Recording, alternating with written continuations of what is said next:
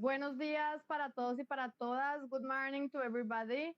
Y muchas gracias por acompañarnos en esta primera transmisión del tercer Festival de Navegación Tradicional del Caribe Insular. Una iniciativa que lleva a cabo la Fundación Sealand and Cultura All Providence Initiative, conformada por raizales y residentes del archipiélago de San Andrés, Providencia y Santa Catalina, con el apoyo del Ministerio de Cultura, Programa Nacional de Concertación Cultural y distintos aliados a los cuales quiero agradecer en el día de hoy. Para empezar, entonces, me gustaría agradecer a las siguientes instituciones y organizaciones que nos han apoyado, que se han venido uniendo a esta propuesta, incluyendo a Slow Food International, con el apoyo de Lighthouse Foundation, también a la Universidad Nacional de Colombia, sede Caribe, el Centro de Excelencia en Ciencias del Mar, CEMARIN, el Centro Cultural del Banco de la República de la isla de San Andrés, la Casa Editorial Welcome, también desde San Andrés, la Radio Nacional de Colombia, Teleislas, la Fundación Canoa, Mamá Roja Company y el Hotel Morgan en la isla de Providencia. Ellos son nuestros aliados y son quienes nos han estado apoyando en esta tercera edición del festival. Antes de empezar con este primer webinar que hemos preparado para ustedes, me gustaría contarles un poco del festival brevemente para que no hagamos esperar a nuestros invitados, que empezó en el año 2019 bueno, en este momento no había pandemia, o sea que iniciamos con un festival presencial pequeñito en la isla de San Andrés y continuó en el 2020 con una versión virtual debido precisamente a la pandemia que hicimos desde la isla de Providencia. Y en esta tercera ocasión hemos propuesto un festival mixto con actividades virtuales y actividades presenciales en Providencia, con la idea precisamente de tener un público diverso que pueda acceder a las diferentes ofertas que tiene el festival.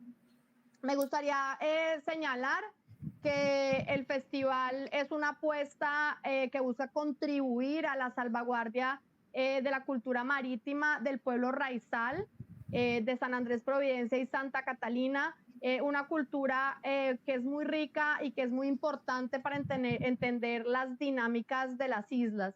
Y en ese sentido, pues es que se ha buscado generar diferentes actividades en donde no solamente, bueno, en donde se pueda contribuir a esa salvaguarda, a esa dinamización de ese patrimonio, pero también en donde se pueda dialogar con estas tradiciones similares que existen en otras regiones del Gran Caribe y del mundo en general, porque nos parece muy importante que sepamos, que nos enteremos que así como existe una preocupación entre diferentes personas e instituciones a nivel de San Andrés, Providencia y Santa Catalina por este tema de fortalecer y mantener y dinamizar estas relaciones que la gente tiene con el mar, pues hay otros lugares donde también hay personas que están apostándole a este tipo de apuestas, de proyectos, y en ese sentido también en estos espacios y aprovechando la virtualidad, pues que quisimos traer invitados que nos pudieran contar un poco sobre esas otras iniciativas que existen en otros lugares de la región. Y por eso en el día de hoy tenemos a estos invitados muy especiales desde las islas de Antigua y Barbuda, que son unas islas con las que de pronto no estamos muy familiarizados porque conocemos muy poco del Gran Caribe, ¿cierto? Conocemos muy poco de ese montón de paisitos que hay en la región y precisamente un poco la idea es que a través de estas actividades también nos podamos acercar un poco a estos otros lugares en donde también existen muchas cosas en común con la cultura y la historia del archipiélago. So before I introduce if we guests, I just want to thank everybody for being here today. As I don't know if you remember, but from last year when I was making the festival, the Creole from San Andres is very important. It's part of the cultural aspect from the racial culture we want including in this activity. So the idea is that we want mix up between Creole and Spanish during the transmission them. And of course, well, we want to have some presentation in Spanish and some we want to be in English like the one from today.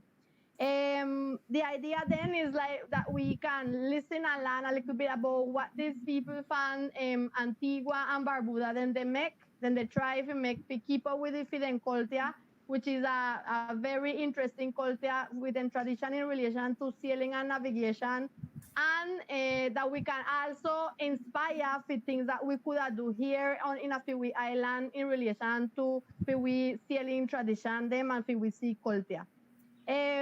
Entonces, voy a introducir a nuestros invitados que tenemos, como les dije, son dos personas que nos acompañan el día de hoy. La primera de ellas es el señor Reg Murphy.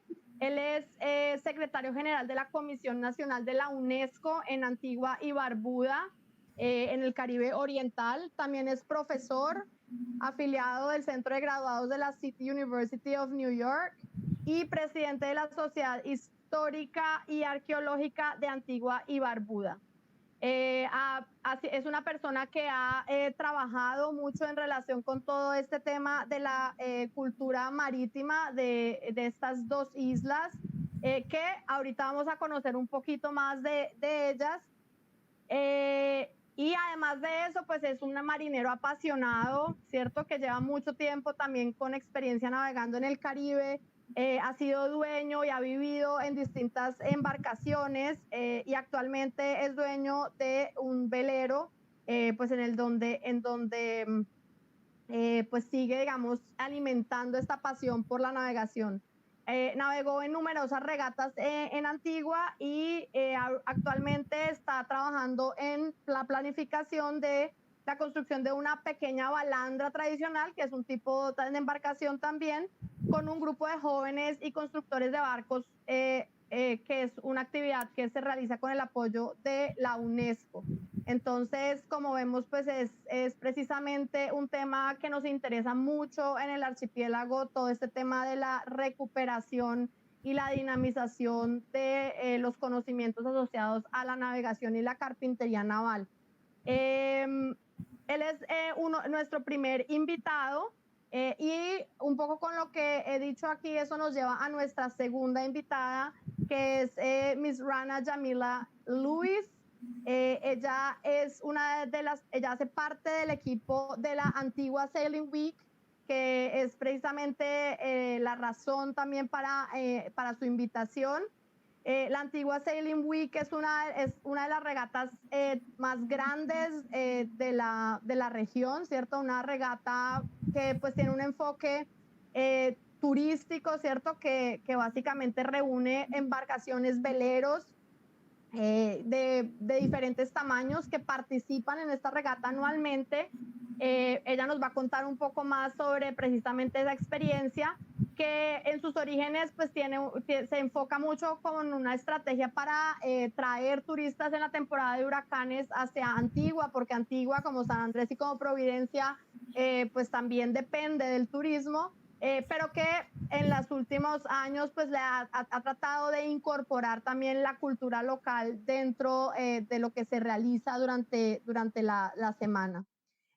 Miss Rana es profesional en marketing con más de 15 años de experiencia trabajando para agencias de publicidad y servicios creativos que incluyen moda, lujo y entretenimiento. Actualmente ocupa el cargo de gerente de eventos y marketing de la Antigua Sailing Week, que es además la más antigua, la regata, digamos, de este tipo más antigua del Caribe, y es parte del equipo que administra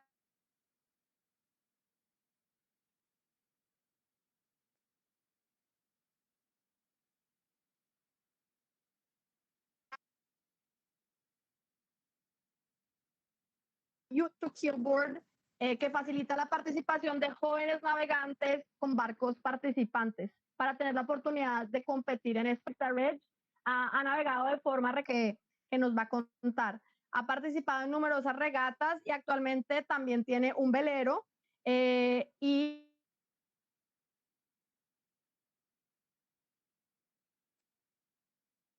pues tiene además una licencia de navegación y participa activamente en el negocio de la industria marina como directora de la Asociación Marina de Antigua y Barbuda. Entonces, ellos son nuestros invitados. I want to present them very quickly in English. Mr. Reg is an archaeologist.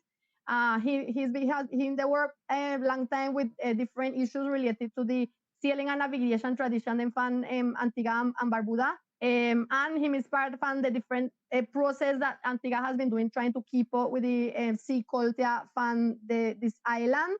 And Ms. Rana, she is part of the team of the Antigua Sailing Week. She is part of the marketing area from the Antigua Sailing Week. And the two of them have also experience as sailors, as navigators, so they have the two sides of the knowledge into this. So they won't be sharing with we today. They won't talking in English because that is hidden language. And what we want to do, the presentation won't be in English, and I want to make a comments on Spanish so the people that don't understand English, they can can follow what they want to present. And they want to have some presentation with some pretty of an Antigua and the boats them and the sailing week. So I believe we can enjoy that too. I want to give the word to Mr. Reg. Mr. Reg, you have the space, and thank you for being here today. Thank you. It's an honor to be involved in your ceremony and your pending event, and it's a privilege for me to talk to my fellow Caribbean people from the other side of the region. I'm going to talk about the traditional boats. I mean, these are the boats that are made locally on each island and their role in the economic development, not just of Antigua, but in the region. And I'm sure what I'm going to say can be repeated in every single island. And it shows us what we all have in common and brings us together even more. Next slide, please. Now, you can look at the Caribbean islands and you can see we're all connected. We're like stepping stones connecting North, South, and Central America. And so sailing and navigating between these islands is fairly simple because you can more or less see where you're going and you know where you're going to end up. So for a long, long time, for centuries, this is sort of a stimulated travel and migration of peoples between the islands.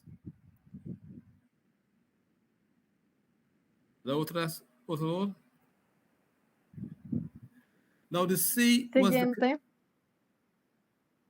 was the connection.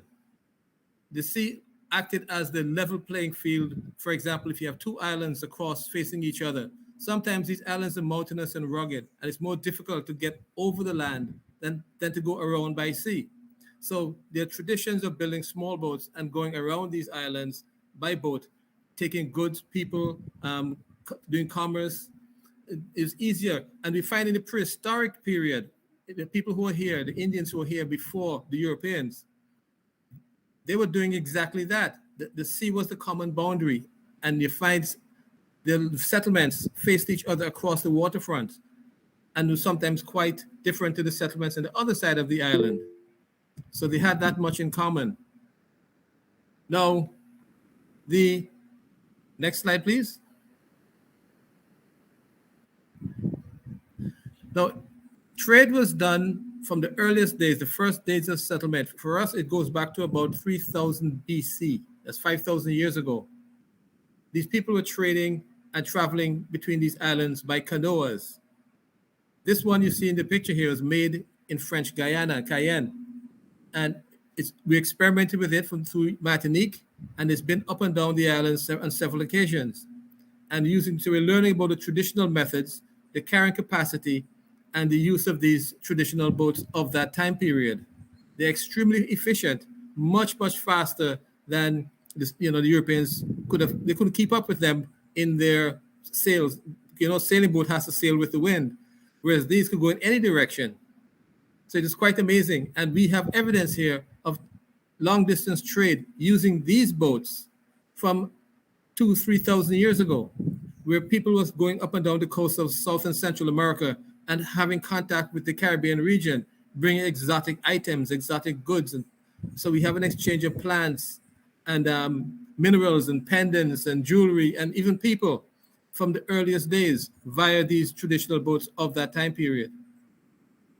Otra? Here's one. It's landed in English Harbour. It took under 6 hours, 5.5 hours to paddle from Guadeloupe to Antigua. And that is a distance of about 30 miles from the direction where they came. So very, very efficient.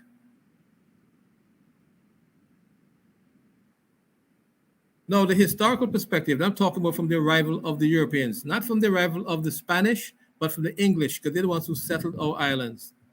And we have to look at the historical context. These early boats are European design. Most of them are big square riggers. They sail with the wind, and they follow the trade winds across the Atlantic, bringing goods. They brought people. They brought enslaved Africans. They brought materials. And when they went back, they went via, they had to sail further north to catch the winds, the Gulf Stream. So they sailed out via the, like say, the Florida Straits and places like that. So we have no exotic materials like gold and stuff like that here. No, the pirates were here, yes, but only to hide. They weren't sort of colonizing or capturing these smaller islands. There's nothing of value here. But thousands and thousands of people came and settled these islands in those early days. Began around 1630s, they settled Antigua in 1634. Now, they created what's called a triangle of trade between North America, Europe, Africa, and the Caribbean. And that's the beginning of the earliest sort of commerce. It's called a triangle trade, where you have people coming across, you have goods going back to Europe, tropical goods going to Europe, and then you have and to North America, and then European and African products coming into the Caribbean. Now, for me, as an archaeologist, I'm interested in what happens with these boats. And this is important because this is how we get a lot of our information about how these boats are built. Remember, a lot of our islands are just about 2 meters above sea level. They're surrounded by barrier reefs. When you arrive at night, you get blown off course. You may have a mishap and you may disappear. Other slide, please. And as a result, we have hundreds of ships that are lost, many without a trace. And these wrecks are time capsules of history, carrying materials, technology, cultural objects, from a specific place and time and place of origin. So they're important for us to not just to save them, but to learn from them more importantly. So people like me now who are interested in replicating and building boats and how they worked, it's really important to look at this from this perspective. So the reality, most of our boats were cargo vessels coming this way. They brought no gold, except for the payroll maybe, and many were lost. Next slide, please. Now, the other side, you have to look at the economy. The profits from the sugar industry made the planters who settled on these islands in the Eastern Caribbean very, very wealthy. It also created a lot of income and revenue that went to Europe. Now, the profits were so enormous that they funded the Industrial Revolution and caused a massive economic boom in Europe.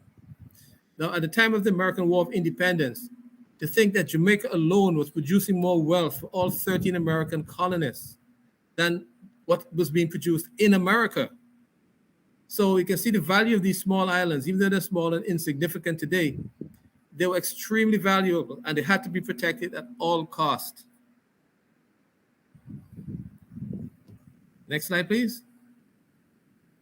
Now, the Navels Dockyards, they had to have a strong naval presence and an army presence to control the ownership of these islands. Now, the British established a very formidable defense platform in English Harbour where we all live, and a strong sense of sailing tradition developed in that area because people, the locals, worked on these boats, and the descendants of even the enslaved people who worked on maintaining these big naval vessels still live in the area today, and we continue a lot of the traditions that was established way back then. We still have the best vanishers, the best shipwrights, the best boat builders. They're all people who rebuild these old, they work on modern vessels now. But that tradition and sense of seamanship is still very much alive in English Harbor. Mr. George, excuse me, can you stop 1 second? We have to make a little adjustment. Just 1 second, please.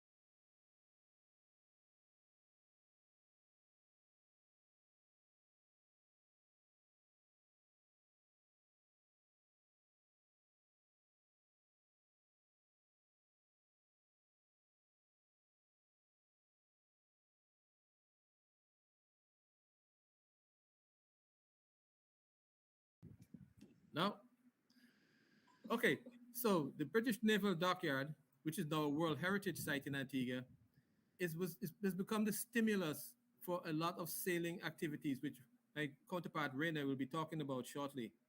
But it has a very deep roots in history because it is where the British were able to establish a very strong military presence to protect the Caribbean region from attack by the French and even the Spanish, who wanted to sort of stifle that sort of economic growth.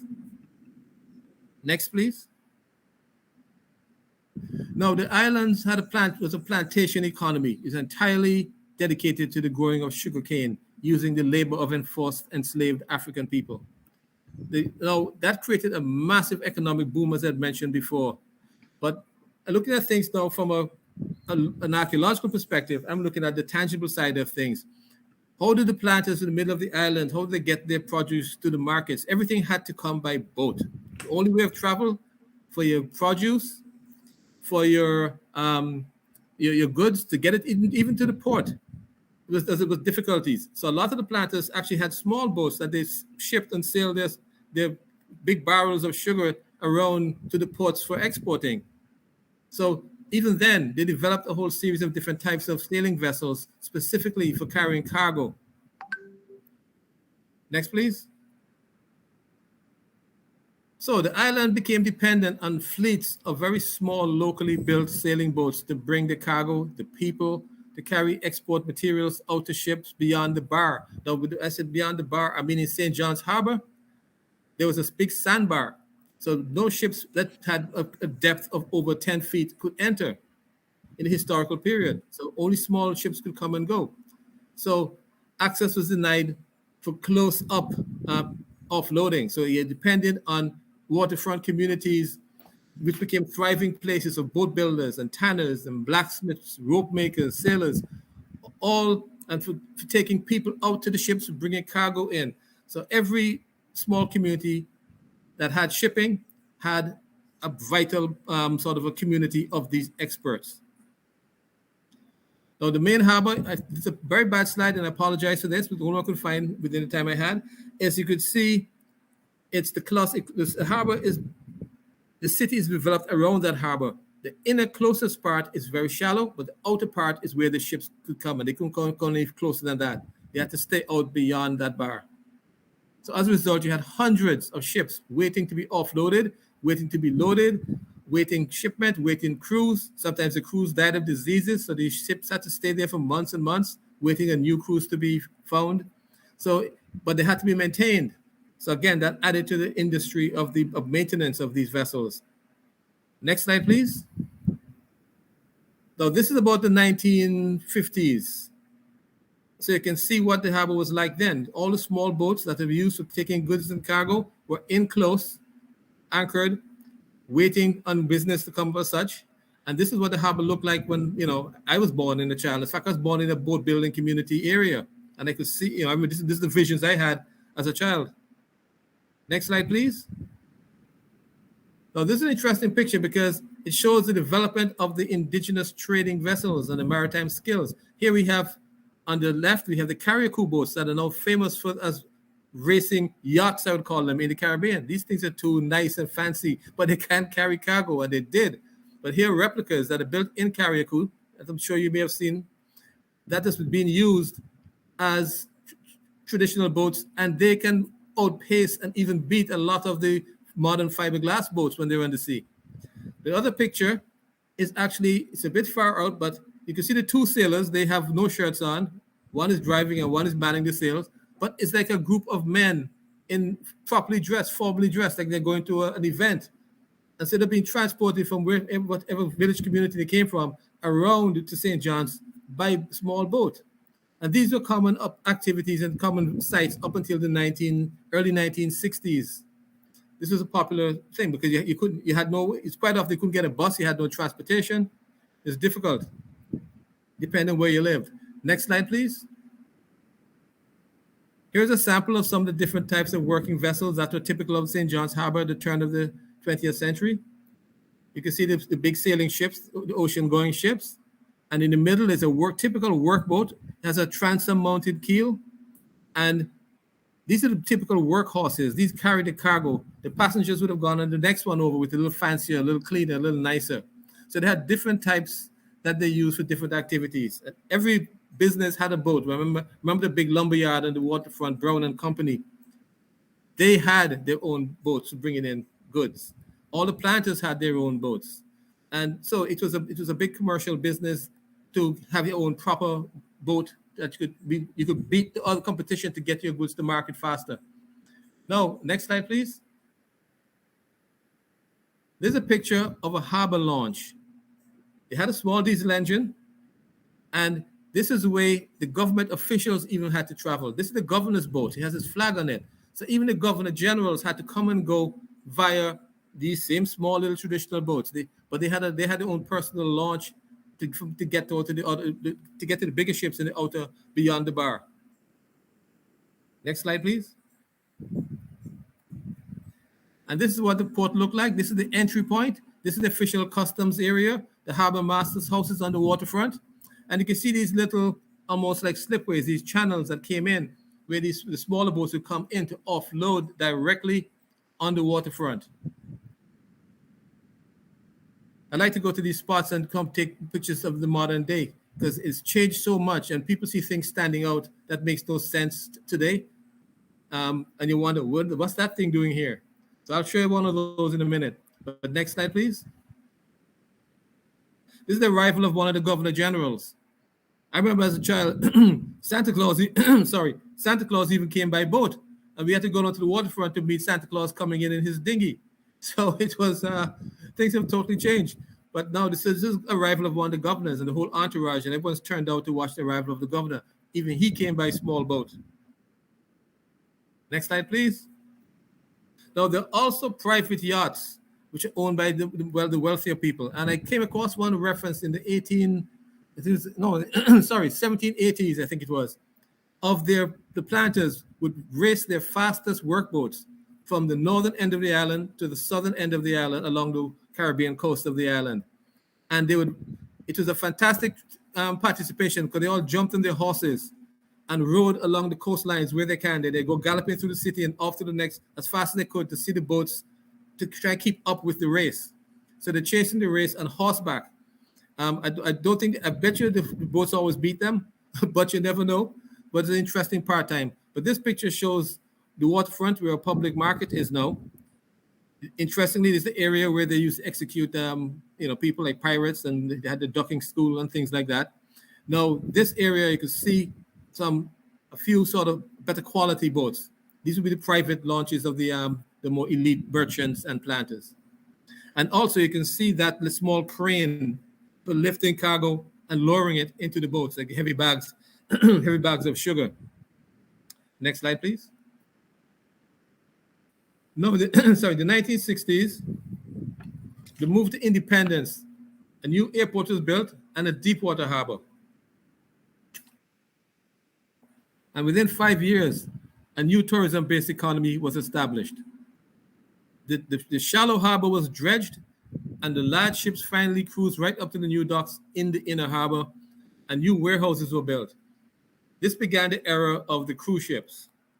And you can see the picture on the left with the old wharf that brought you across to the quarantine stations in Rat Island. And you can see the old warehouses next in the middle of the picture. And this is taken in the 1990s, where they filled in all of that area to make docks and to make piers and warehouses to support the containerized shipping now of today. So they filled in about half of the harbor to create space for that. Next slide, please. This is about the year 2000. You can see the remnants of the old landing piers where everyone came in. This was the gateway to the island. Everyone arrived by dinghy or small sailboat. You got off onto the wharf that was built here, and you walked in and you met the customs officials and the harbor masters. Now the cruise ships come in and they stay as close as possible as they can, and it shows a difference. I don't think anyone back then could envision the site that we're looking at here. Next slide, please. Now remember that derrick I showed you for loading cargo into the boat? Here's one. It's almost on the road. The waterfront is much further out now. So these remnants, historical remnants, are sort of sitting inside of stores and bars and as decoration almost. But it shows the history, the evolution of the harbor. Next slide, please. And this is what it looks like today. The cruise ships come right up to the bottom to the closest point they can. We have put piers going out to accommodate them. But next slide, please. But what this all means is many new jobs were created in tourism, but an entire industry and a way of life was lost. It was quite effective to change. They say every new job, though, every new technology adds 5 times more jobs than the old one did. But we've lost the rope makers, we've lost the shipwrights, the tanners, but we've gained hotels, tourism jobs, truck drivers, all sorts of other jobs. So it's a balance, I guess, when you look at it that way. But the bottom line is the entire industry and way of life was lost within 5 to 10 years. Next slide, please. Now, today, the knowledge is almost gone. I can only find one of the original boat builders who were building boats in the late 1950s, and he stopped in the 1960s. So what we're trying to do as a UNESCO person, we're trying to save this information, save this technology. We're gathering photographs, we're gathering information, and we're trying to, we've got a very small grant just to buy materials, so we have to find the rest of the money. But we want to get Antiguan kids involved in building a traditional boat. And the more money we raise, it will depend on the size and type of boat. But we may have to start with a small rowboat, a dinghy, but it'll be a small start. Depends on how much we can, generate. But the bottom line is, where knowledge goes, but still, when you look at it, the traditional boats are still the most beautiful boats in the water. They still participate today. The few remaining ones that mostly from Carriacou and other places, they enter Antigua Sailing Week and have the Classic Week Regatta, and they're really fabulous to watch them in the sea. And I encourage everyone, if you can ever get a sail on a traditional sailing boat, please do so. It's an experience of a lifetime. And with that, I'd like to say thank you for listening and hand over to my counterpart, Reina. Thank you, everyone. Thank you, Mr. Reg. I think that was a very nice presentation. I'm just going to make a little translation to Spanish. Básicamente, bueno, para quienes no entendieron, el señor Reg nos estaba contando entonces un poco sobre la historia de la navegación en Antigua y Barbuda. Y yo creo que hay muchas cosas y muchos puntos en común con cosas que también en el archipiélago de San Andrés y Providencia y Santa Catalina y seguramente en otros lugares en donde el mar es parte de la vida cotidiana, pues digamos cosas que coinciden. Él empieza diciéndonos cómo el mar ha sido básicamente una conexión supremamente importante para todas estas islas, incluso desde antes de la expansión europea, de la colonización europea en el mundo, digamos, precolombino. Las poblaciones indígenas, de hecho, pues poblaron las islas del Caribe y gran parte incluso de las zonas costeras gracias a sus conocimientos de navegación. Y por supuesto que en estos lugares muchas veces pues el transporte ha sido mucho más fácil por mar que por tierra, y de ahí que el mar no haya sido realmente un obstáculo como en algunas ocasiones se piensa, sino que ha sido una autopista, ¿cierto?, que ha conectado a estos lugares, y eso por supuesto también conecta mucho con lo que ha sido la historia del archipiélago de San Andrés, Providencia y Santa Catalina. Él nos habla incluso que el registro arqueológico nos muestra la existencia de embarcaciones desde hace cerca de 3.000 años de antigüedad en zonas como esta, lo cual nos muestra, digamos, hasta qué punto la navegación pues, ha sido importante y es importante para entender las dinámicas de la región. Después ya él nos cuenta un poco más de la parte más reciente, digamos, del proceso asociado a la colonización europea, que obviamente son procesos que dependen de manera muy importante del mar, ¿cierto? Toda la implementación de las economías de plantación, ¿cierto?, fundamentadas en la esclavización de las personas africanas que fueron traídas por la Fuerza América, pues va a depender de la navegación, ¿cierto?, de estas embarcaciones que vienen desde Europa, donde también hay un conocimiento importante de navegación y que pues obviamente van a hacer que funcione estas economías de plantación que pues van a ser lo que va a mover a la región Caribe durante varios siglos, ¿no? Y ya más adelante, bueno, él nos muestra precisamente cómo en muchos lugares, en diferentes lugares en Antigua, pues las ciudades van a crecer precisamente en torno a los puertos, porque es allí donde, digamos, gran parte de la vida tiene lugar, ¿cierto?, alrededor de los puertos. Y ahí él nos va a hablar, nos está contando del British Naval Dockyard, que es básicamente un puerto en Antigua que hoy en día pues es patrimonio de la UNESCO, es patrimonio de la humanidad, ¿cierto? Declarado por la UNESCO precisamente por su valor histórico y su valor cultural.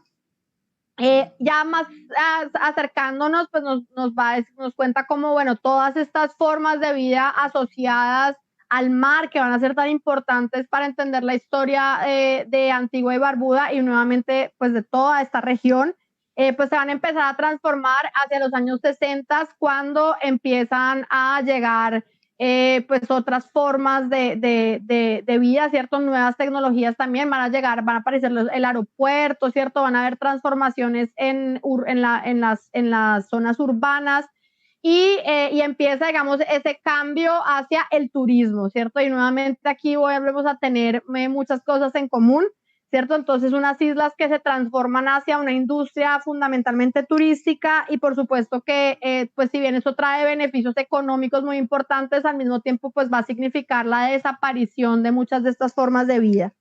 Él nos cuenta precisamente en estas últimas diapositivas, cómo pues en la actualidad pues quedan muy pocos, de hecho dice que queda un constructor de embarcaciones tradicionales vivo, de manera pues que realmente pues es un conocimiento que ha ido desapareciendo y ahí yo reflexiono sobre la importancia de cómo pues bueno en las islas también, en el archipiélago de San Andrés, Providencia y Santa Catalina también ha sucedido esto. Hay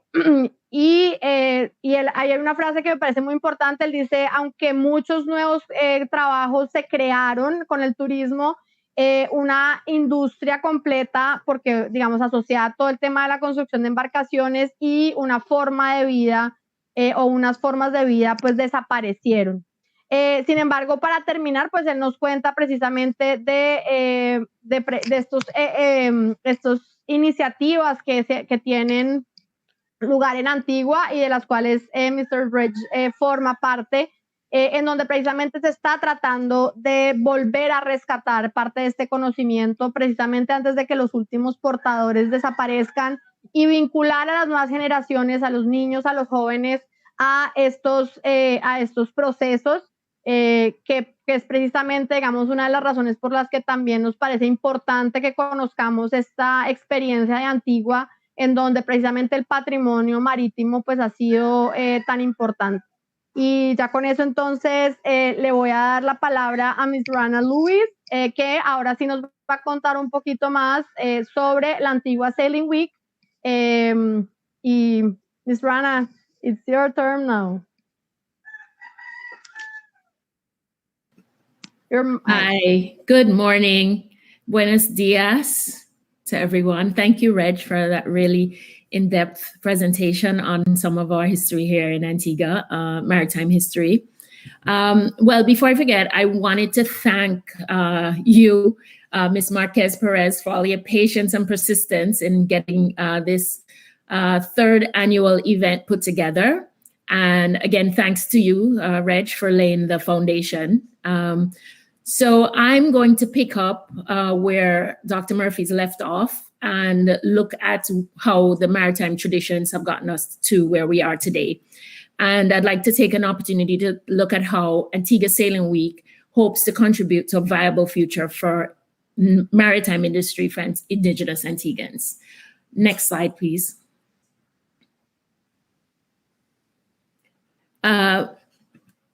So Antigua Sailing Week was started in 1968 by a group of individuals who were hoteliers with the main objective to create a leisure activity and also to extend the time that individuals would visit Antigua. And so the Antigua Hotel Association was the very first adopter of this Antigua Sailing Week, and it was held in June. At that time, most of the boats came from the US, Canada, some were from the Caribbean, and they used the network of travel agents to invite everyone to come to Antigua. During the time, the format was very different to what we see today. They had a 3-day regatta, and then there were also powerboat races. There was also fishing tournament, and there was also dinghy racing. So a lot of that has changed. And now we actually have a 1-week event, which doesn't include fishing, doesn't include dinghy racing, but we do have over 9 classes of boats that come to race. Next slide, please.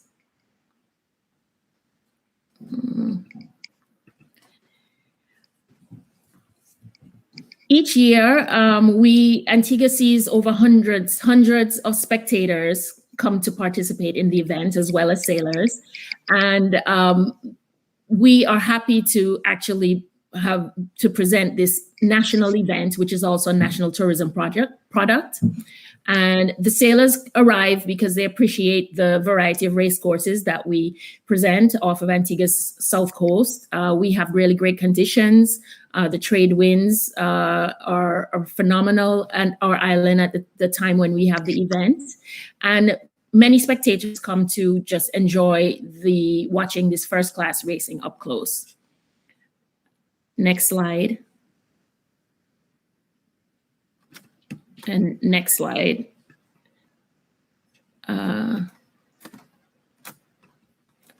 Next slide. Next slide. Next slide.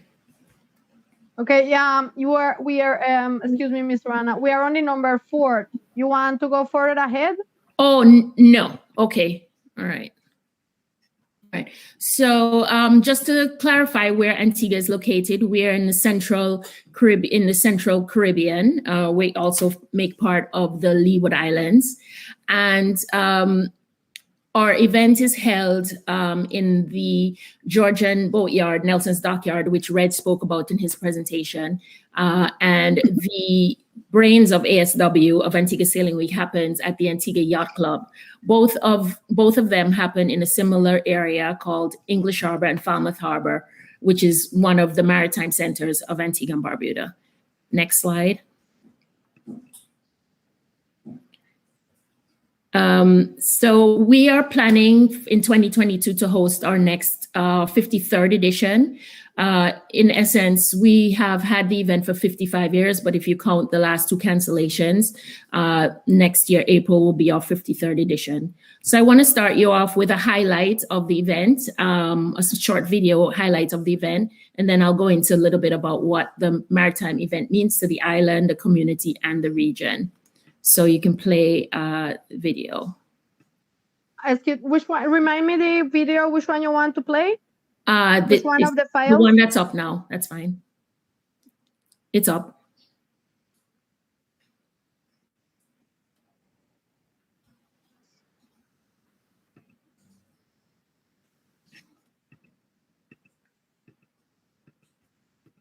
The one that says chase the race. Okay, I can move on. No, wait a second, and we will, because I have them like in a different, the files I have a different. El video ya está rodando. El video ya está. Listo, okay. It's going on. Okay. It's playing.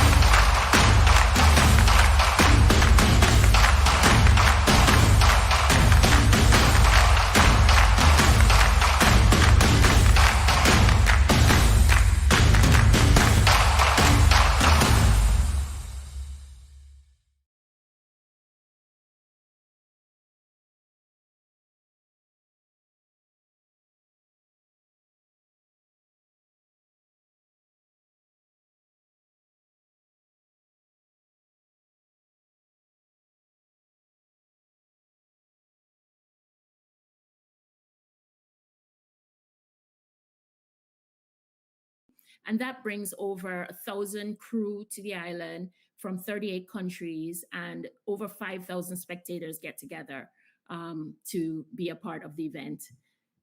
Next slide, please. Our guests hail from around the globe, and we get really positive feedback from this event. And even more so, the Antiguan sailors who participate every year have nothing but great things to say about the event. Next slide, please. So we asked a few sailors, a few local sailors, to tell us why they love racing here at home. the race video, please.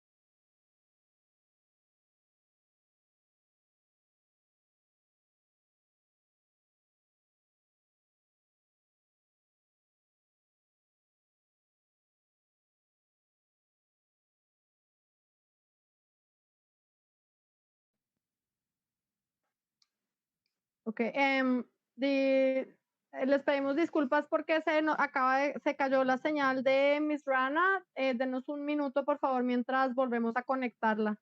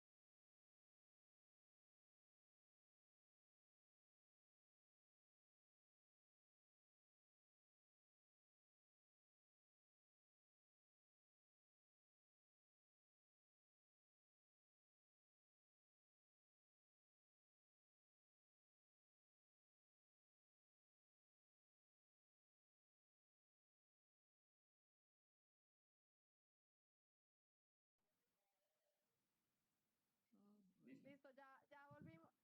Bueno, buenos días nuevamente. Ya vamos a regresar con Miss Rana. Vamos a iniciar con el video que ella nos estaba presentando hace un momento de las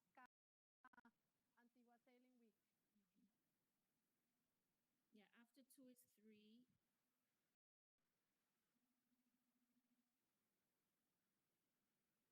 Yeah, after 2 is 3. Then after 3 is 6.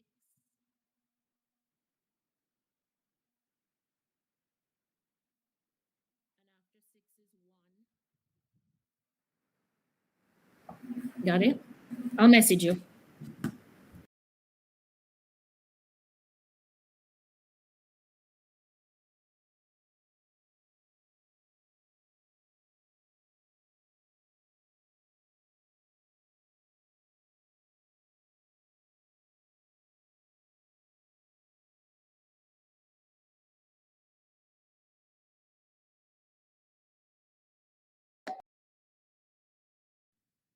Buenos días nuevamente, ya vamos a regresar con la presentación. Pedimos disculpas por el tema de la conectividad y vamos a iniciar con el video que nos estaba presentando Miss Rana y volvemos con la presentación de ella después.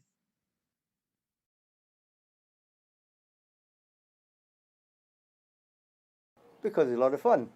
I first came in 1970, a long time ago, and then I came back in 83, and I've never missed one since 83 to now.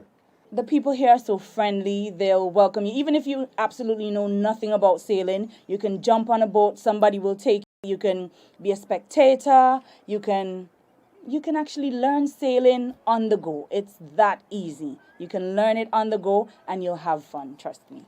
I mean, everybody can enjoy Sailing Week, unlike a lot of different places in the world where you go. You only have the serious guys or something like that, where you have, you know, cruising class, bareboat classes, now multi-hull classes, and of course the races, which is what I'm involved in. Apart from being a bit biased because it's Antigua Sailing Week, I mean, there's hardly ever a race week where there's not proper racing climate. I mean, and I'm talking from going back to the early days, from the socializing, the racing, it's always just been fun. I mean, it's a very serious regatta, but it's a regatta you just have a lot of fun at. And I think that's one thing I like about it. It also brings people from across the globe. The thing is happening that all the friends that we met 30 years ago, they're still friends and we see each other, we race against each other. It's like a big, nice community of sailors from all the gangster Trinidadians, or San Martin, Fritz bars, and Peter Homburg and the Rolex. Is a big Caribbean. It's still a big Caribbean be together.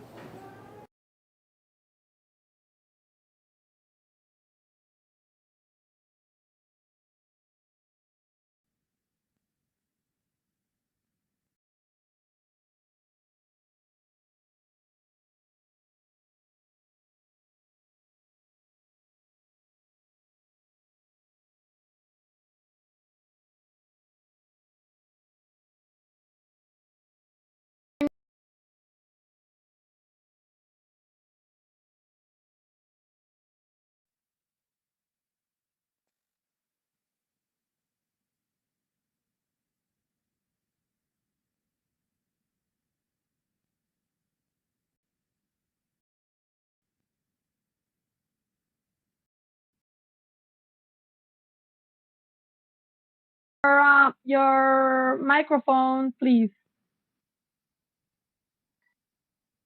Put on your microphone, please. Okay, sorry. As an event with broad international appeal, our endeavor and commitment as a national event is to foster awareness, interest, and access to the maritime industry. And we've achieved success in doing that for the past 3 years. One where we established the Youth to Keel program, which is an initiative to get youth sailors graduated from dinghy sailing into keelboat sailing and eventually racing. And in our very first year, we had about 23 students, and more than 50% of those have gone on to do amazing things in the industry. For example, we have Youth to Keel alumni participating in the Star Sailors League, which happens in Europe next year.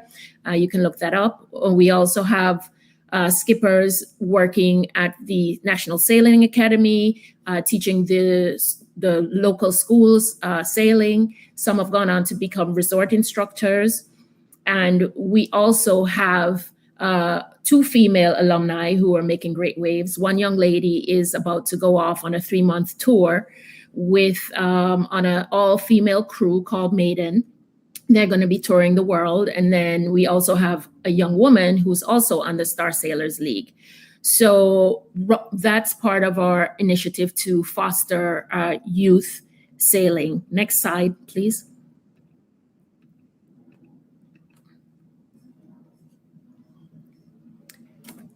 So with Antigua's Race, Chase, Celebrate is the tagline for Antigua Sailing Week. And the racing week provide perfect conditions great management, and we provide challenging courses to multiple classes. And we have the unique Caribbean experience, Chase the Race, which allows you to follow the race either by boat or on land. And we also have by bicycle. Then the Celebrate is the daily prize givings we organize to award the excellence on the water. We have lay day activities that give the sailors a break from racing. And then we also usually curate international entertainment to bring the locals and visitors together. Next slide, please.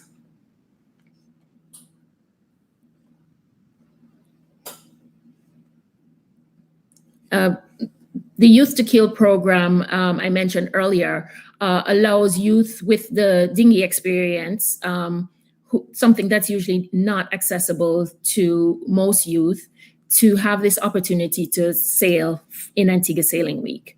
And we also give them an opportunity to learn about race management by including some of these young sailors on the Sailing Advisory Committee for our event. We also are creating awareness of our events through the youth market overseas. In 2019, we sponsored the youth program for Cows Week, which is one of the biggest events in the UK. And those two, the winners of the youth experience, will get an opportunity to come to Antigua to race as well. Next slide. Now, this is video from the first year of the Youth to Kill program. And at that time, we invited inner city youth from London to race against our freshman Youth to Kill class. They were sailing on Cork 1720s. And you can play video number 3.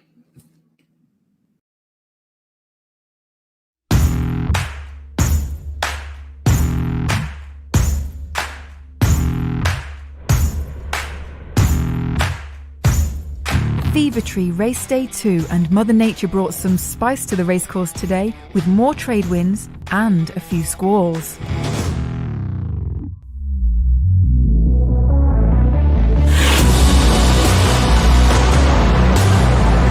It takes all kinds to make a great regatta, and today we experienced the sharp end of the fleet with Warrior in Racing Class 1 and the more comfortable end with Bavastra in Bareboat Class 1.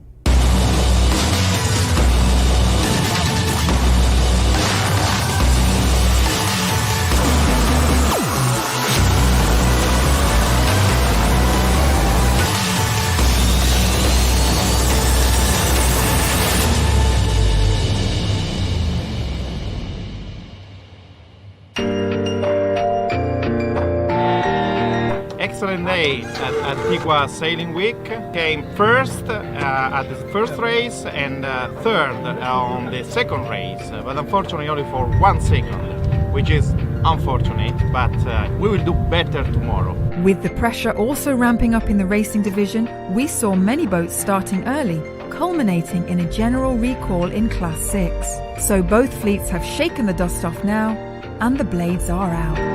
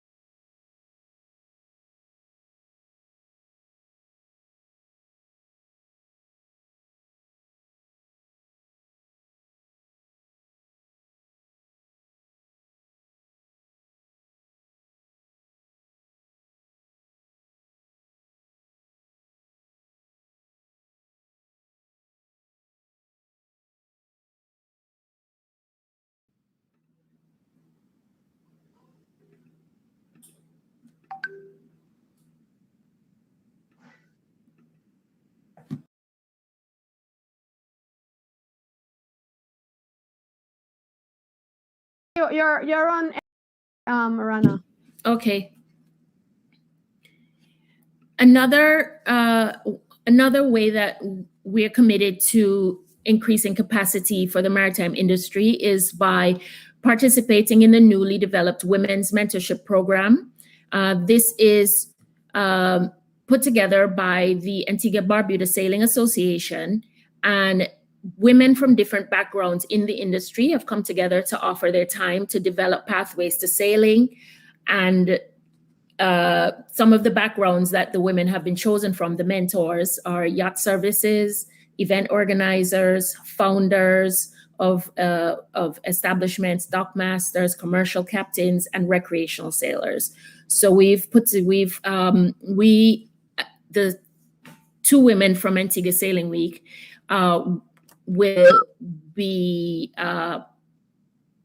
mentoring two young women as well. Next slide.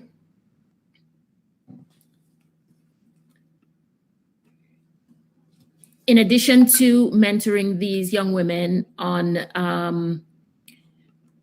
how to enter the industry and all of the different opportunities, they are also learning to sail with weekly dinghy lessons offered by the National Sailing Academy. Next slide.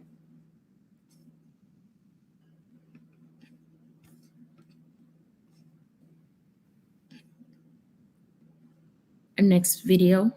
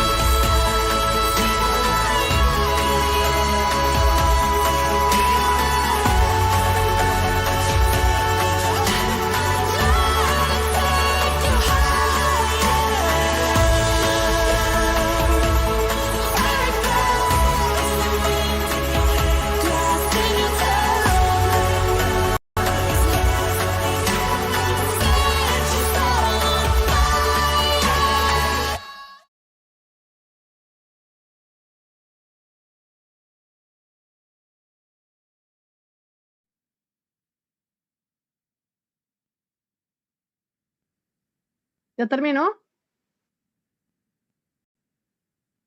Sí, pero ella tiene desactivado el micrófono. Rana, you Got can go it. ahead with your, okay. Antigua Sailing Week offers significant exposure to the island of Antigua and huge economic benefits. And as the event continues to evolve, we are pretty certain that with our efforts to build capacity and increase awareness, the event will definitely be here to stay. Next video.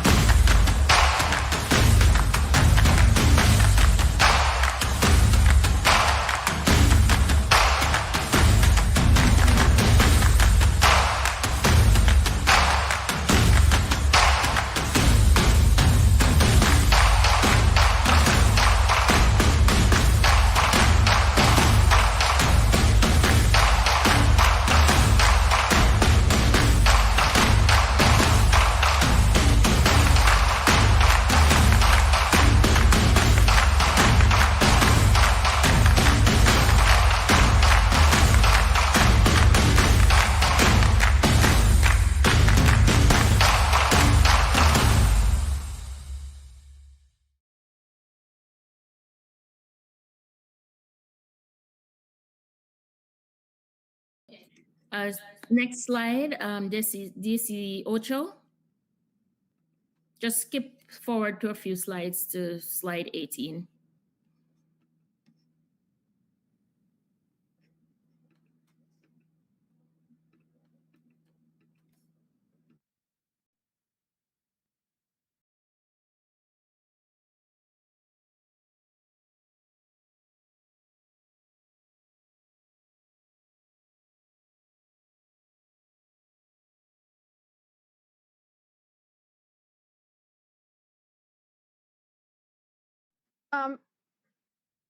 Tuvimos otro problema con la conectividad de Rana, ya volvemos en un segundo.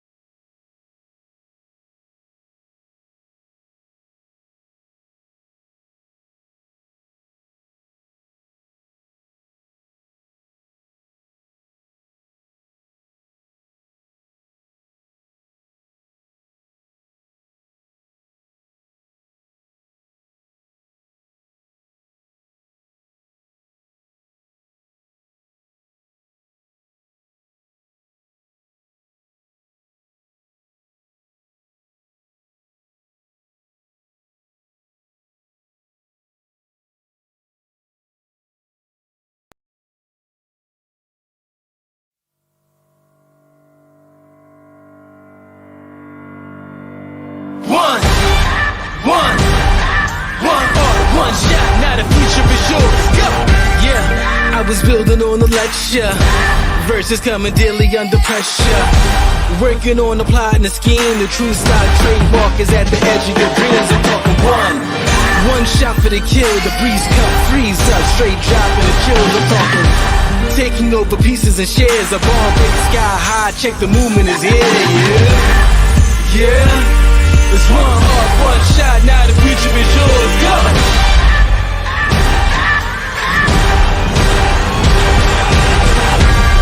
I'm turning dreams into reality. In the lab with the formula and chemistry. The memories spark and motivate and make the industry shake. You put the balls in the brakes, I'm talking one chance at best, yes. Painting pictures for the culture, keep the brushes fresh. Flip the cover with the drummer, passion never rests. Freedom is a teacher under pressure, now we blessed. See, I was so close for the goal. There's one art, one shot, now the future is yours. Go! Yeah. It's one art, one shot, now the future is yours. Go!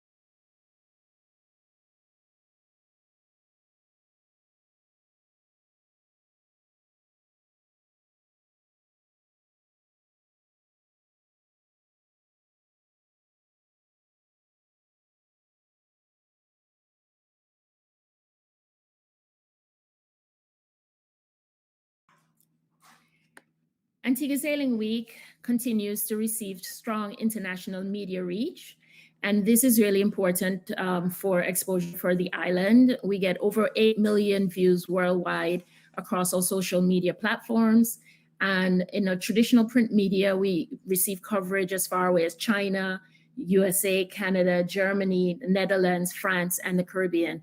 So we really, Antigua Sailing Week helps to foster great awareness of the island and its destination as a tourism experience. Next slide, please. This event for now that you've heard everything about the event for 2022, Our dates are again April 30th through 6th of May. And we are cautiously optimistic that we will be able to provide a safe environment for our participants. The racing will be top class as usual. And we look forward to having a new market reach our event. Thank you very much for your time. Thank you for listening to my presentation. Next slide, end slide.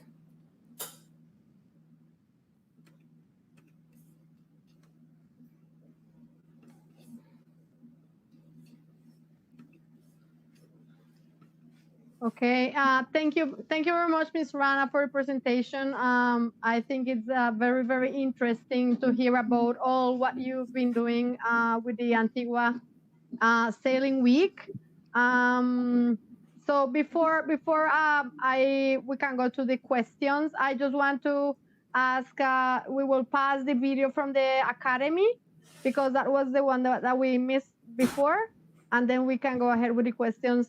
Vamos a pasar el video de la escuela que tienen con jóvenes y niños. Y después entonces tenemos un espacio para preguntas. Quienes están conectados siguiendo la presentación, si tienen alguna pregunta pueden hacerla por escrito en las redes sociales en YouTube o Facebook. Y nosotros se las pasamos a los presentadores. Y mientras tanto vamos a ver entonces el video de la Academia para Jóvenes en el marco de la Antigua Sailing Week.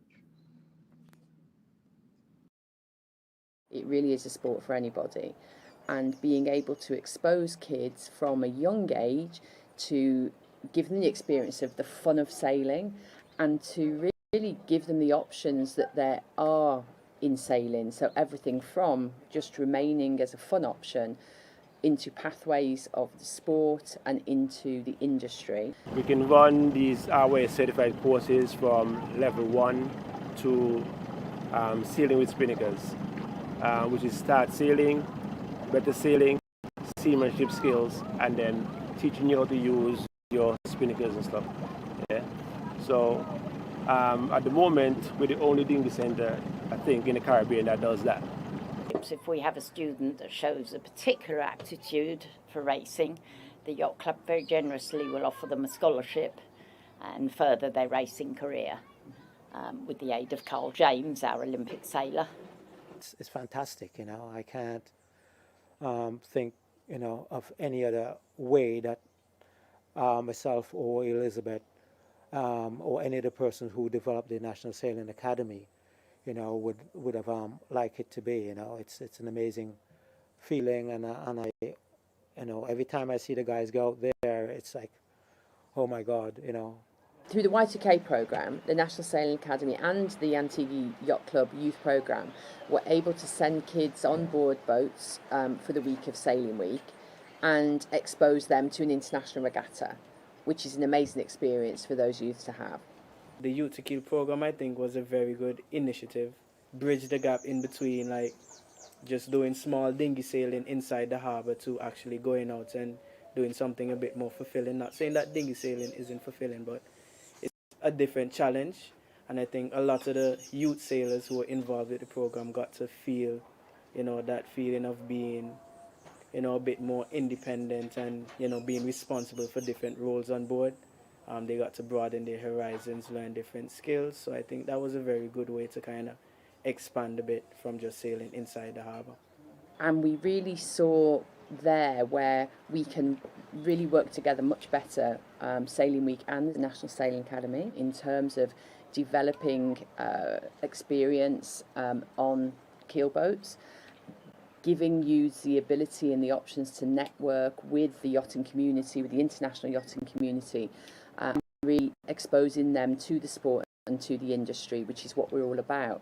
And at that point, we realised that actually bringing the two organisations together within the same space, physical space, is going to bring us great opportunities for both organisations. And you'd be doing a laser course upwind, and you'd be sailing next to a boat in the channel like Comanche or Sphere, you know, or even a super yacht like Scat, and then all these kids are also learning how to sail in an environment like that. I don't think that there is any other country in the world that would offer that in that sort of atmosphere, you know, and it's really encouraging and super boosting. This makes me feel good inside, because at the end of the day, it's not about me, it's about the people that we teach. Yeah, and we have so many people now going around to different hotels and working on different boats in the industry. And for sailing, you can sail at a sporting level, at a recreation level, at a professional level, for as long as you are able to move around, which is one of the great things about sailing. So as you can see, it says inclusive sailing. Yeah, so we have people of different abilities, yeah, and disabilities. So that comes here. So there are no restrictions, no matter what gender, age, or whatever you want to call it. No, we don't have restrictions in sailing. We really are the home of inclusive sailing in Antigua and Barbuda, and as we've already mentioned, we believe sailing's for everyone, whether it's age 8 to 80, whatever physical or mental ability you have. It's an acceptance of nature and what nature can do for you. It doesn't cost you anything. You don't have to put no petrol in anything. You just have to have an open mind and get going.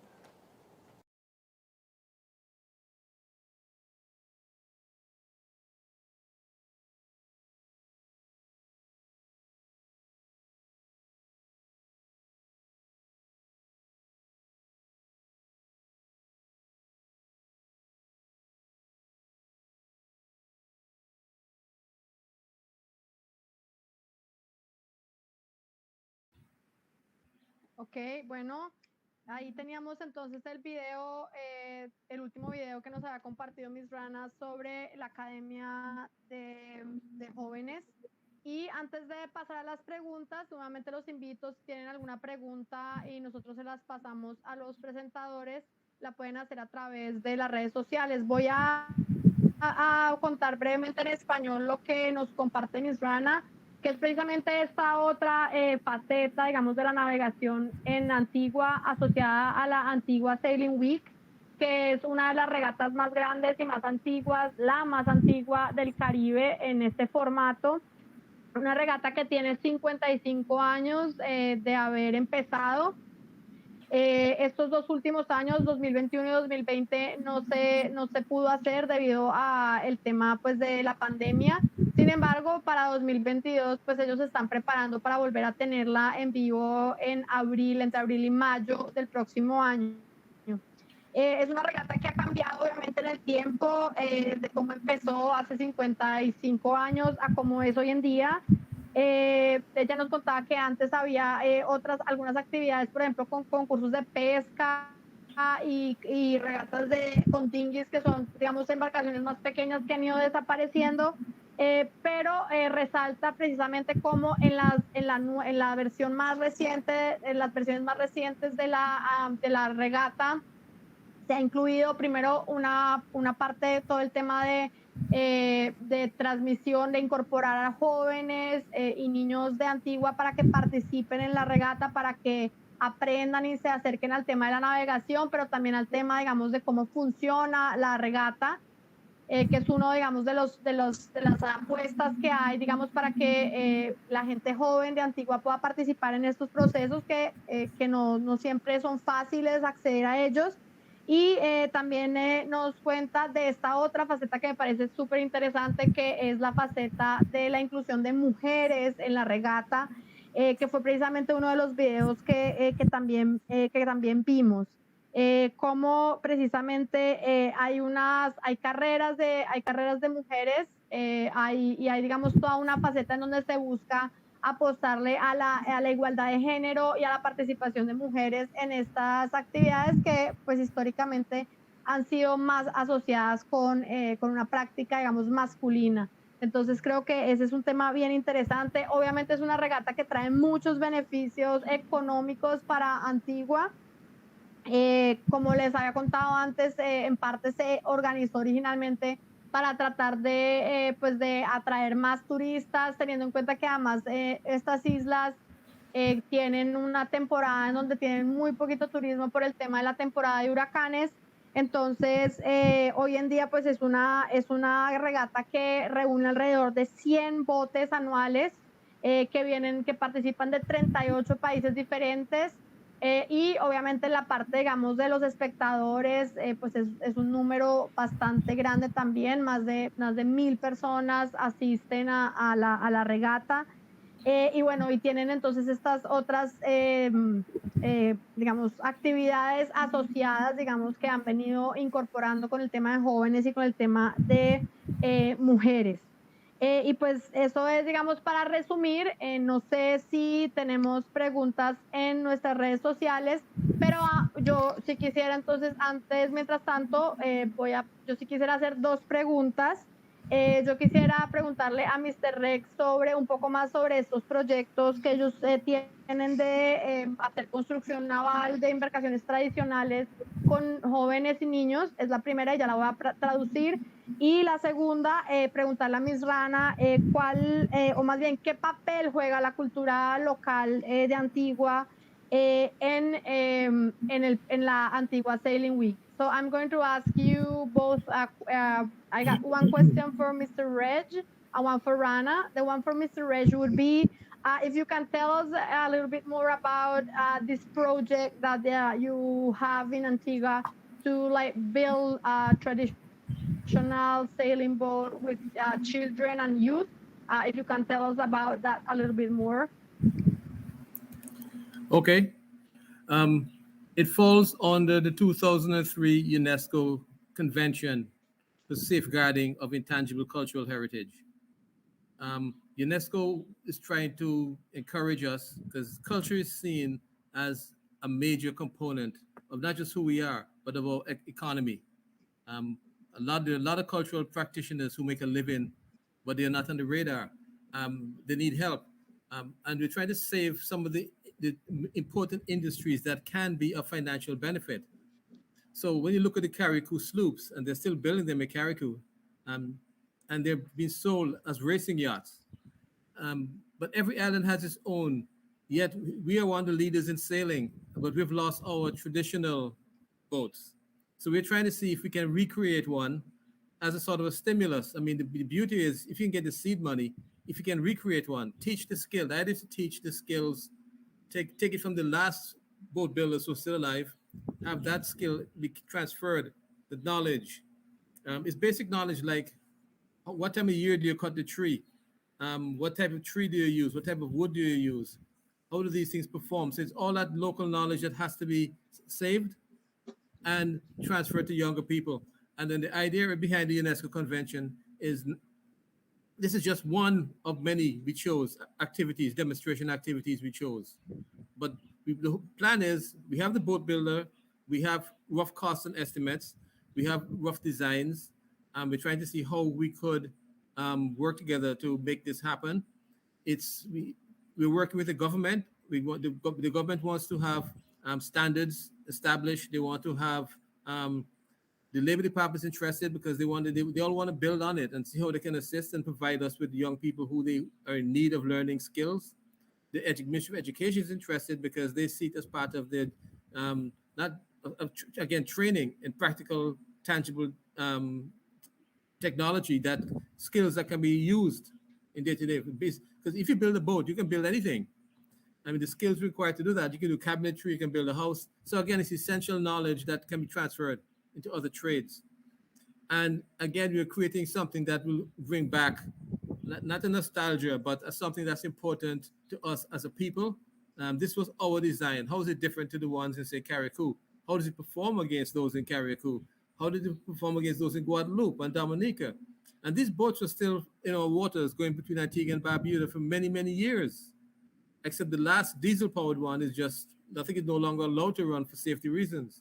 So the idea is to recreate and transfer the information before it's completely lost.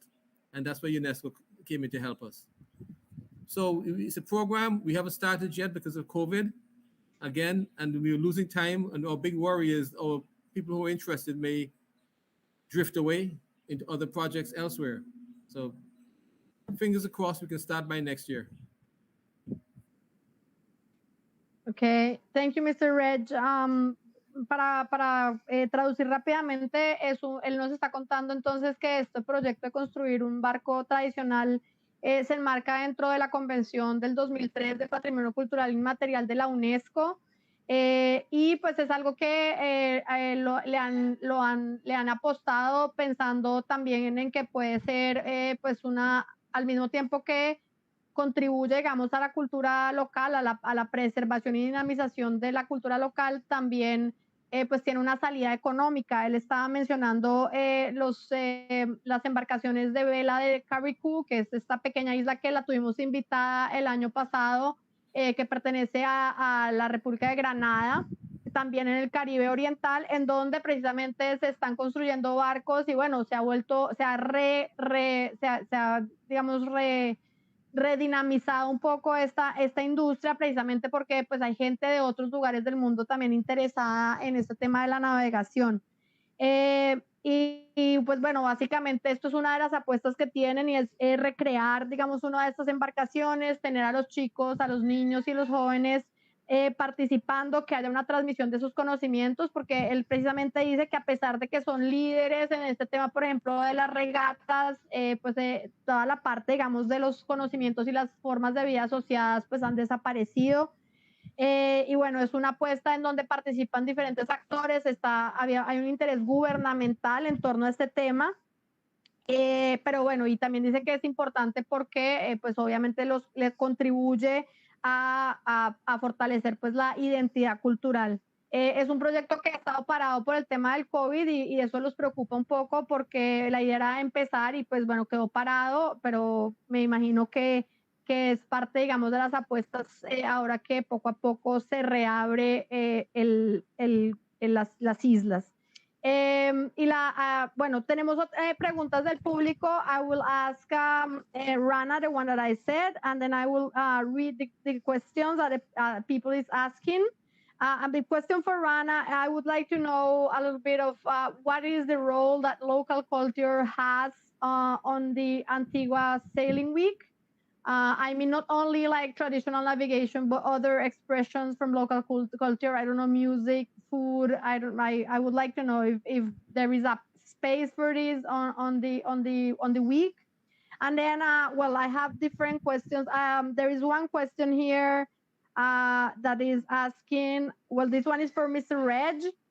Which is what is the evidence, the archaeological evidence from navigation in Antigua, from what you have been studying and from how long it is.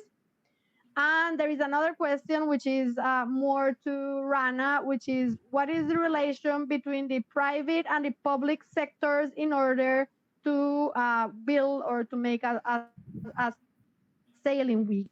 So I believe maybe we can go with Rana. I don't know if Rana is there. And then we can go back to Mr. Reg. Yes, I'm here. The first question about the cultural integration into Antigua Sailing Week. Well, we traditionally we provide an opportunity for many local artists to musical artists, performance artists, to present be a part of our entertainment lineup. Usually each day after racing, we have what's called the race village, and we have a sound and AV system set up there that allows scheduled entertainment for each day. And we also have a major event called Reggae in the Park, which is we usually bring in an international artist, usually reggae genre, to go with the brand Reggae in the Park. We just had our 10th anniversary 2 years ago, but obviously the future of those cultural expressions is a bit on pause. One other thing we do is we have an opening parade, and we usually try to integrate some of the old folk tale performers, like things we call moka jumbis and stilt walkers and dancers, traditional dancers, they are part of the parade. So we basically allow we allow the guests to have this exposure to the culture, and we also give the locals an opportunity to broaden their audience. And the second question was the local and public sector. Well, the participation from the public sector, we rely on. We're not for profit organization, Antigua Sailing Week, so our funds we rely on sponsorship and from local entities as well as international brands. They are some of the main financing behind the event, and also the Ministry of Tourism, the government, participates in executing the event.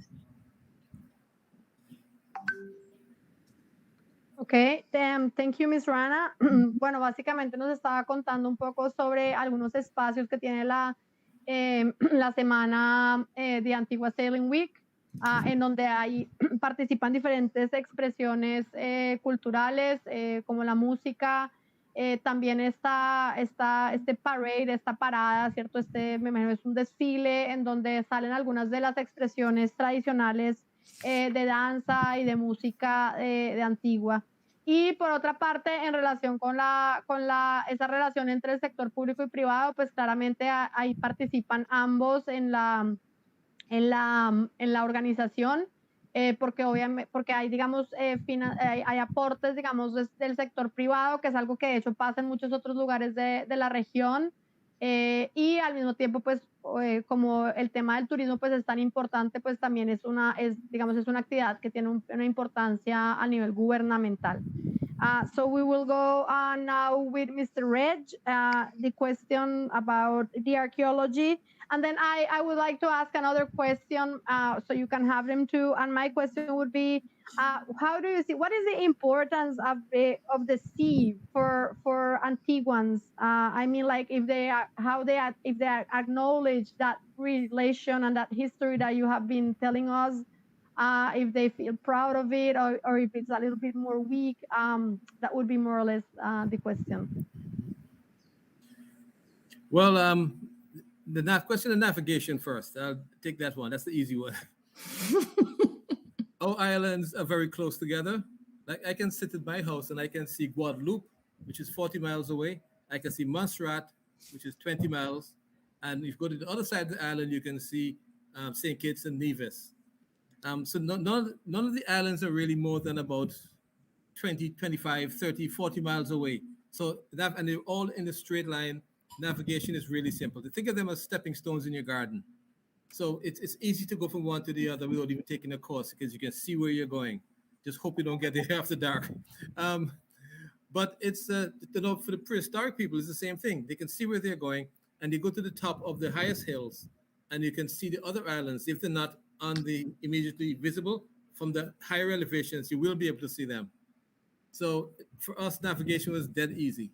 The trickiest part in the pre-Columbian period was from Trinidad to Grenada, because that's about 120 miles. You can still see it from the highest mountains, but once you know where it is, you can set your course, because you know the currents, you know the wind directions. It's generally reliable, the trade winds, so you know where you will safely end up. Or fishermen, sometimes the boat break down and they drift to another island, providing they're in that area. So it's but the other question of how the Antiguan attitude and relationship to the sea, that's a very difficult question, because in my experience, most Antiguans, their appreciation of the sea is to go to the beach and maybe a couple times a year at a big picnic, big events. They're not only now we're developing a sense of value, because we now have sailing academy and we now have teaching kids to sail. And even when Sailing Week brings in a lot of people, they come and they party, but not too many people are actually locals. Actually, well, for one, you can't afford a sailboat unless you buy an old wreck and fix it up, which is what I've done. And the cost of keeping it up is astronomical. So most Antiguans don't do that. So they tend to sail on other people's boats. And I would not say it's a big event, but you have people in areas of the island who are exposed to these boats, they will be the ones who are more attracted to it. Like in my community out here in English Harbour and Falmouth, I think just about everybody can sail or has been sailing or knows how to repair a boat.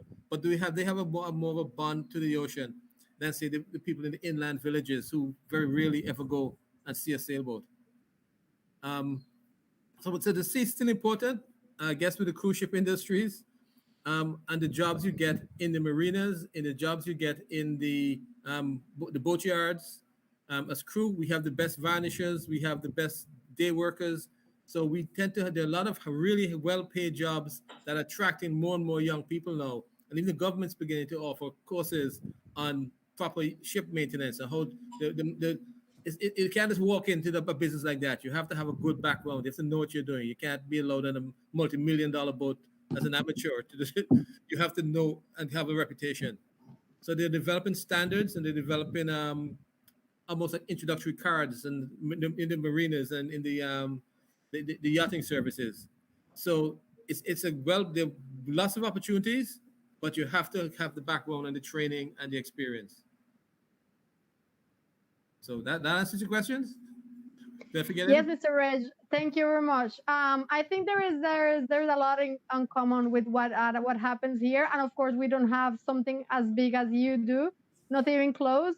But there are similarities in like these traditions that have been lost with time.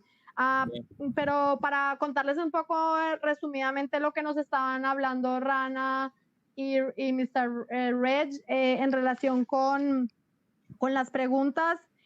Bueno, Mr. Reg nos cuenta precisamente que el tema de la navegación, pues no fue tan difícil en la época, digamos, precolombina, precisamente porque las islas están muy cercanas y digamos que de hecho las teorías más importantes sobre el poblamiento de las islas del Caribe tienen que ver con cómo las poblaciones indígenas se movieron, digamos, de isla en isla. Él, por ejemplo, dice que las islas más cercanas a Antigua pues están alrededor de 20, 25, 40 millas de distancia, entonces incluso se pueden ver desde unas de otras, entonces la navegación no es tan compleja, salvo en algunas zonas como por ejemplo entre Trinidad y Granada, donde alcanza a ver 150 millas. Sin embargo, como por ejemplo Granada es una isla bastante montañosa, pues eso también facilitó en su momento, o sea, hace miles de años, que las poblaciones indígenas pudieran navegar y obviamente pues poblar toda esta zona. Ahora, con respecto a la segunda pregunta, él dice que en efecto, pues digamos, esa relación con el mar se ha debilitado y hoy en día la mayor parte de la gente, pues la relación es principalmente, bueno, con la playa, por supuesto, y en algunas ocasiones también con los eventos grandes que hay, como puede ser la Antigua Sailing Week. Sin embargo, pues de alguna manera muchas veces esto se asocia más con el turismo que necesariamente con la cultura local, a pesar de que hay todo este pasado, digamos, marítimo tan importante. En la actualidad, además, pues mucha gente trabaja en relación con toda la industria turística asociada al mar, ¿cierto? Con todas las marinas, con toda la industria de cruceros. Y me imagino que mucha gente también trabaja en estos barcos, ¿cierto? Migra, como de alguna manera pasa también en el archipiélago. Pero también nos dice que, bueno, en los últimos años también empieza como a reaparecer un poco esa valoración de estas tradiciones, ¿cierto? De esta relación. Y yo creo que es un poco a lo que le apuestan estas iniciativas como las que nos cuentan tanto Reg como Rana, ¿cierto? Y que de alguna manera dialogan con algo como lo que nosotros tratamos de hacer en este festival.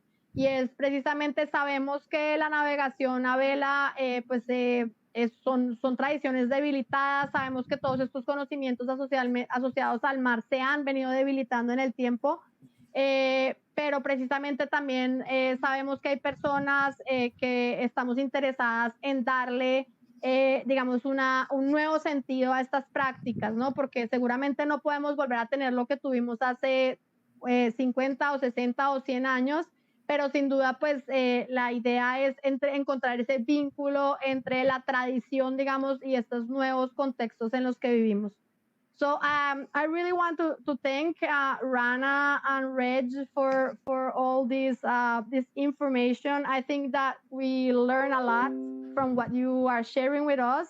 As I was saying now, like we don't have nothing close to what you have, but we still have like small sailing traditions here in Providence and San Andres that are weakened also, because I believe like these things that you're sharing with us, it's especially the problematics that we have a lot in common.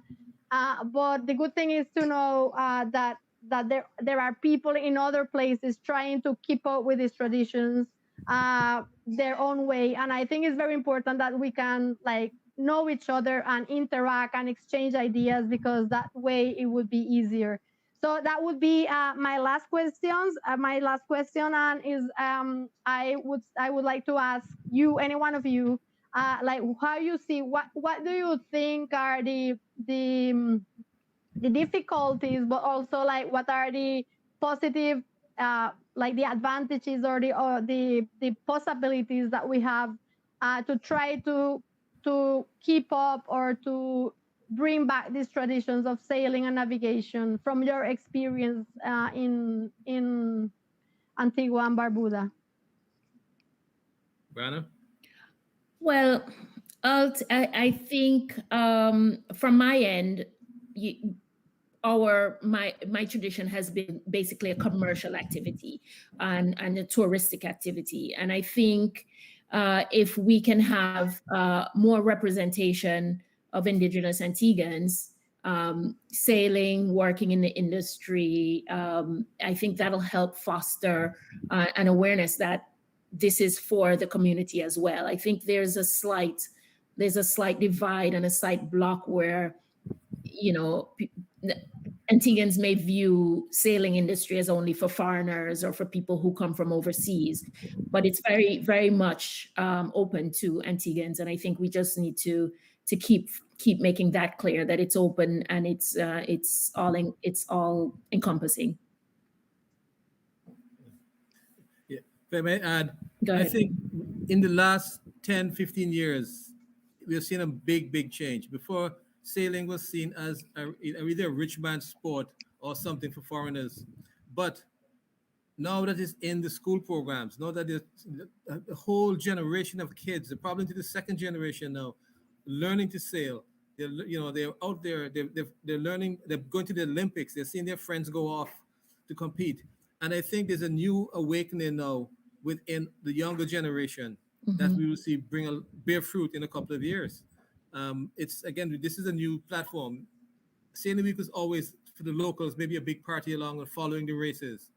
Very few people had an opportunity to go on a boat, because on a boat you're there to work. You have to know what you're doing. So I think no, we're seeing more Antiguans out there being taken on board as local experts. They know the waters, they know the winds, they know what happens if you go too far up the coast that way. So local knowledge is becoming really important.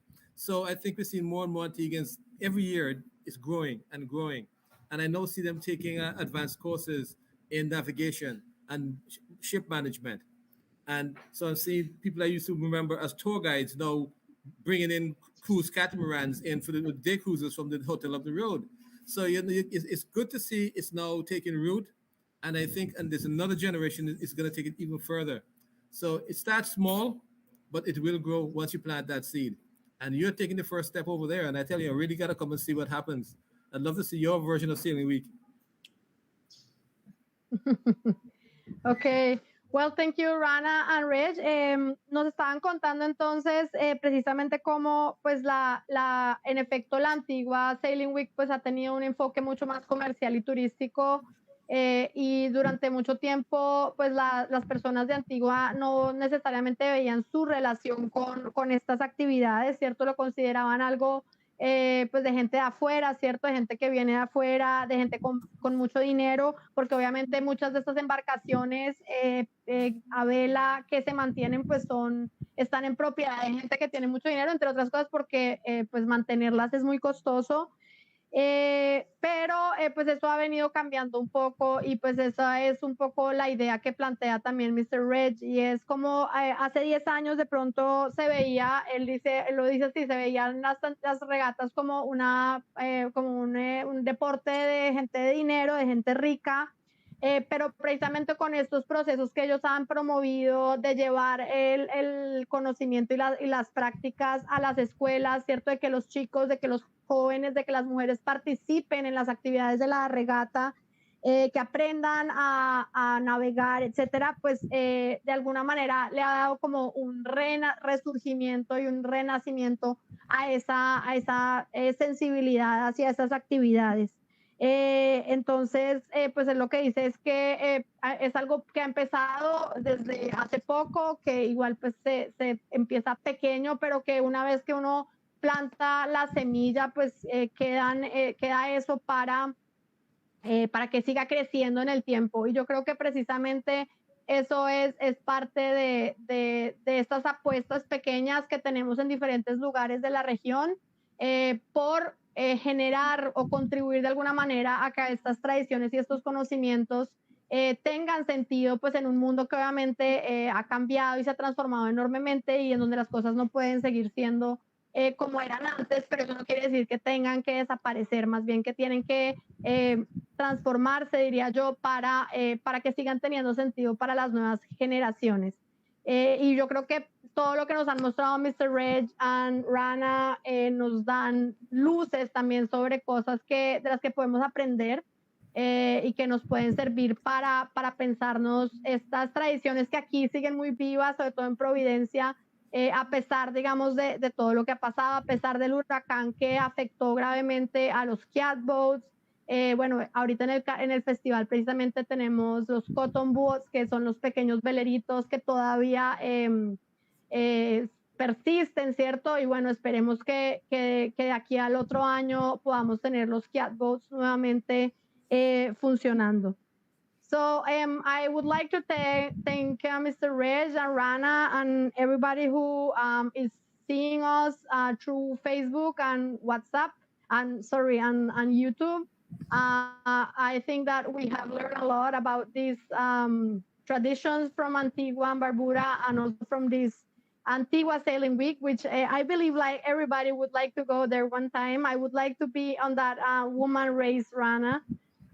So you can, one of these days, you can put my name there. Yes, I will. And of course, well, I think that we learn a lot, and we really, really thank you.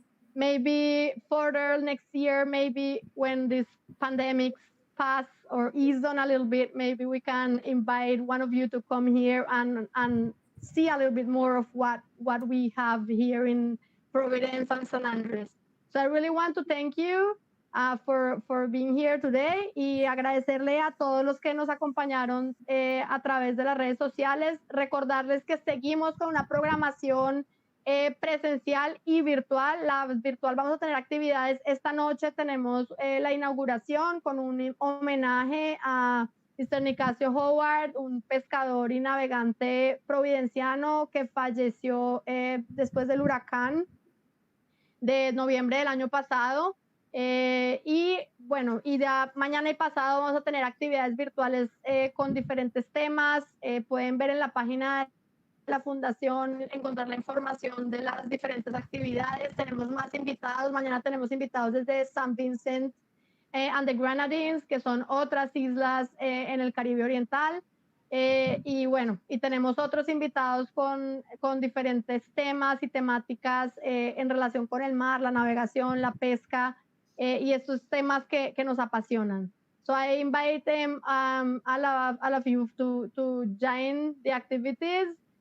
Some of them will be in Spanish, some of them will be in English, some of them will be in Creole.